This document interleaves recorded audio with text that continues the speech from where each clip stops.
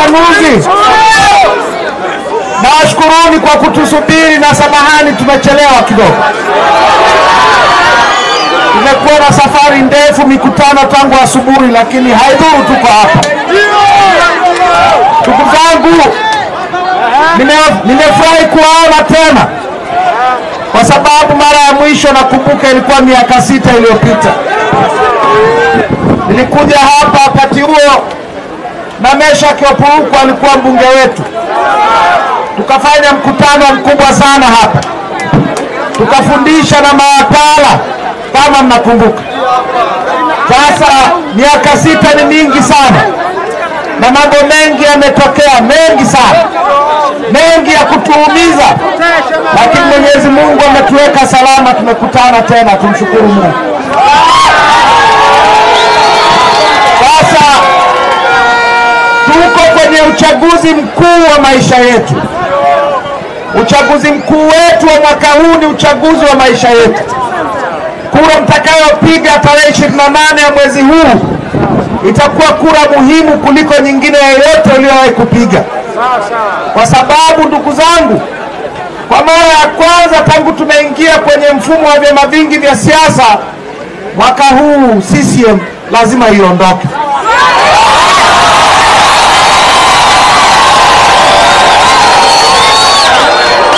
Na niwaambieni ndugu zangu wa Meatu, CCM itaondoka mwaka huu.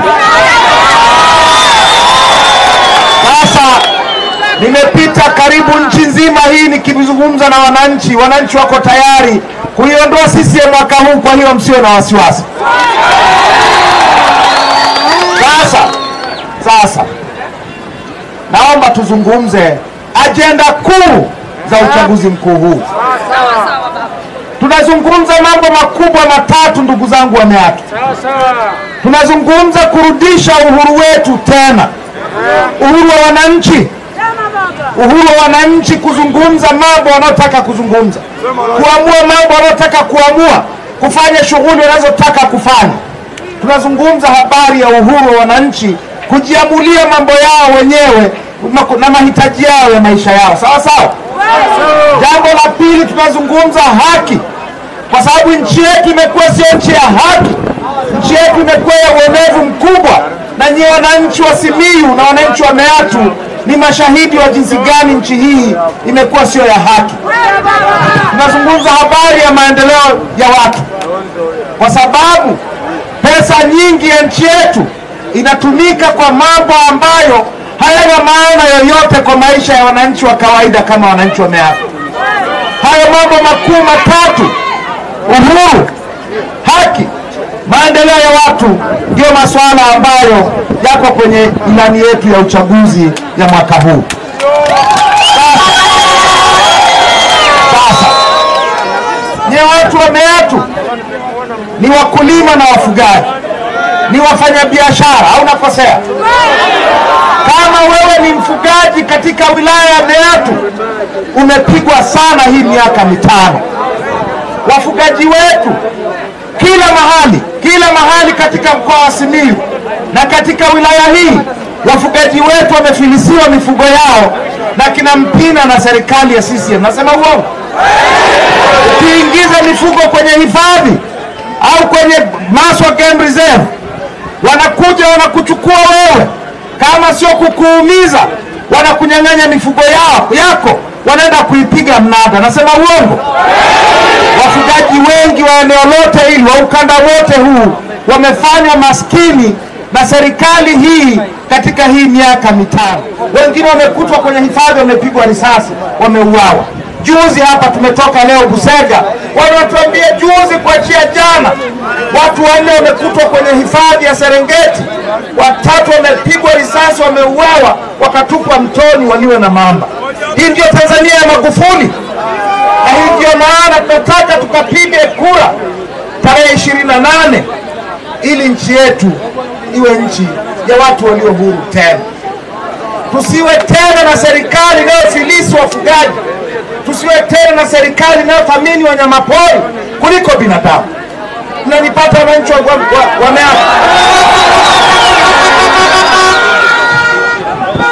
Nyie ni wakulima, mnalima mbalimbali, mnalima pamba, mnalima mpunga, mnalima mahindi, au nakosea? Mnalima alizeti. Kama wewe unalima pamba, hata usiponiambia najua umekopa pamba yako. Unahangaika mwaka mzima, utafute mbegu wewe, upande wewe, upalilie wewe, uweke dawa wewe, uvune wewe. Ukishamaliza kuvuna, sasa imefikia mahali pa kwenda kuuza, wanakuja wanakuambia usiuze hapa, uza pale kwenye chama cha ushirika, uza pale kwenye kitu wanaita AMCOS. Ukipeleka huko wanakokuambia ukauze, wanachukua pamba yako, wanakupa makaratasi badala ya kukupa pesa. Wanaenda kuuza pamba yako, wanaipeleka kwenye jineri, wanaenda kuipembua, sio kuichambua. Wanatengeneza mafuta, wanauza. Wanatengeneza mashudu, wanauza. Na pamba yenyewe wanauza. Halafu wanakurudia baadaye, kama wanarudi kabisa, wanakuja kukupa shilingi 700 kwa kila kilo. Matokeo yake ni kwamba Usukumani kote nilikopita, na nimekwenda kila mahali, watu wa wanaolima pamba ni kilio mbele kwa mbele, kama wanavyoimba wao CCM mbele kwa mbele. Ni kilio kila mahali, ni kilio kila mahali. Sasa tunataka tutengeneze nchi ya haki. Kama umelima pamba, unaenda kuuza mahali ambapo kuna bei kubwa, sio mahali unako kulazimisha kwenda kuuza. Unaenda kuuza pamba yako mahali penye mnunuzi mwenye bei nzuri zaidi. Unaamua wewe, unanipata? Na ukifikisha huko, nilipe nikupe, mkono kwa mkono. Chukua pamba, leta hela, au sio?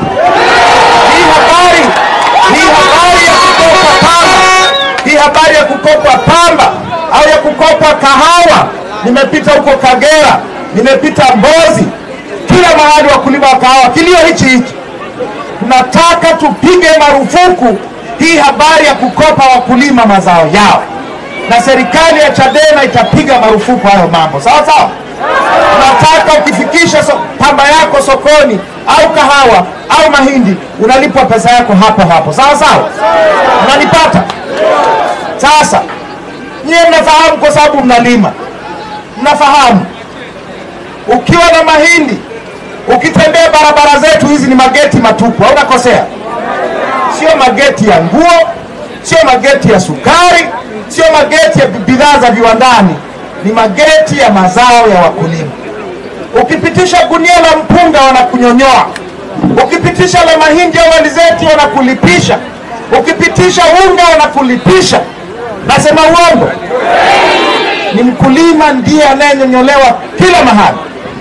Ukiwa na ng'ombe wako zizini, unalipa ushuru. Nakosea?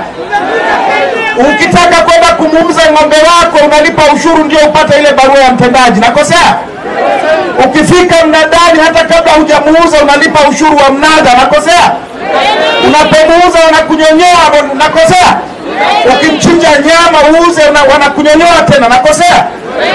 Hata ukipika makongoro uuze supu, nako wanakulipisha. Nakosea? Na ngozi huuzi hivi hivi, nalo unailipia. Nakosea? Sasa niye mna pesa kiasi gani? Niye mna pesa kiasi gani ya kulipa vitu vyote hivi? Halafu ukienda hospitali, mama mjamzito unalipia, mama anajifungua unalipia, ukifa utolewe hospitali bila kulipiwa. Nasema uongo? Ukipelekwa mahakamani unalipishwa, ukikamatwa na polisi unalipishwa, kila mahali wewe unanyonyolewa tu, kwa sababu nchi hii sio ya haki. Mnanifahamu? Ndio maana kwenye ilani yetu tunazungumza habari ya haki. Mnanipata? Na kila mtu amepigwa na hii miaka 5 ya Magufuli. Hata hawa mapolisi hawa tunapigia kelele sana, hatuwaonei kwa sababu watufanyia mambo mabaya, lakini hata wao wenyewe wamepigwa. Hawa askari na watumishi wengine wote wa serikali wa nchi hii, sheria inasema waongezewe mishahara kila mwaka. Ni sheria inasema, sio fadhila ya Magufuli. Lakini muulize askari pembeni, ukimuuliza sasa atakupiga. akasema unaleta uvunjifu wa amani.